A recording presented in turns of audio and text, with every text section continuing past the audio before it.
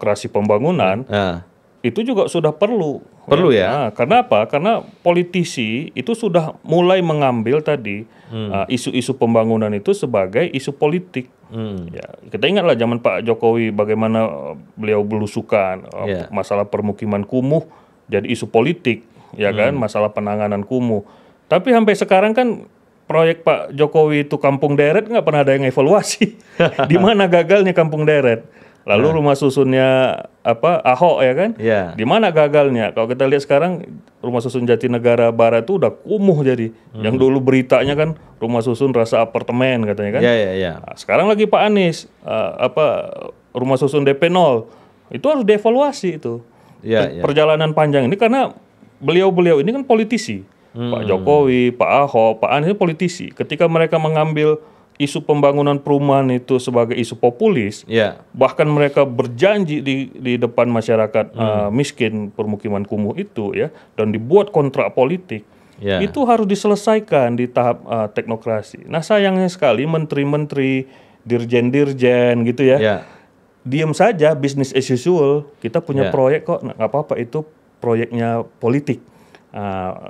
Diberikan satu porsi tertentu gitu ya. Sedangkan bisnis as usual, rusunawa, kalau kita bicara perumahan ya, penataan kumuh yang sekedar membangun MCK dan sebagainya begitu ya, tetap berjalan. Sehingga akhirnya si politisi tadi sebenarnya seharusnya mereka mengkritisi, ini Pak Menteri, Pak Dirjen ini gimana nih kok nggak ditindaklanjuti nih? Kok tetap ya sudah gitu kan, harusnya kan dievaluasi, kita debat, lahirlah program yang lebih objektif tadi ya. Kan itu harusnya kok kita bicara gagasan tadi. Dan kritiknya ya bisa di atas, bisa di bawah juga ya. Bisa. Jadi misalnya contoh tadi ya, kumuh-kumuh tadi itu ya. Kita nggak berkembang, apa yang disebut dengan public housing itu belum berkembang. Nah, kalau kita bicara transport, itu public transport sudah berkembang. Sekarang juga masih banyak tantangan nih public transport kita.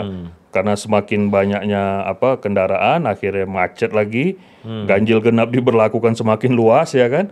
Ini saja belum selesai. Jadi walaupun sudah masuk ke perdebatan kebijakan, program, misalnya Jaklingko dan sebagai kemarin Pak Anies juga belum selesai juga. Belum selesai. Artinya perdebatan itu masih terus harus dilakukan. Sehingga kita akan bisa memproduksi ya, memfabrikasi. Jadi yang difabrikasi itu bukan gagasan-gagasan politik sederhana yang pragmatis hanya untuk mendapatkan kekuasaan gitu ya. Tapi difabrikasi itu adalah gagasan-gagasan pembangunan yang berorientasi untuk kepentingan masyarakat, untuk kesejahteraan publik.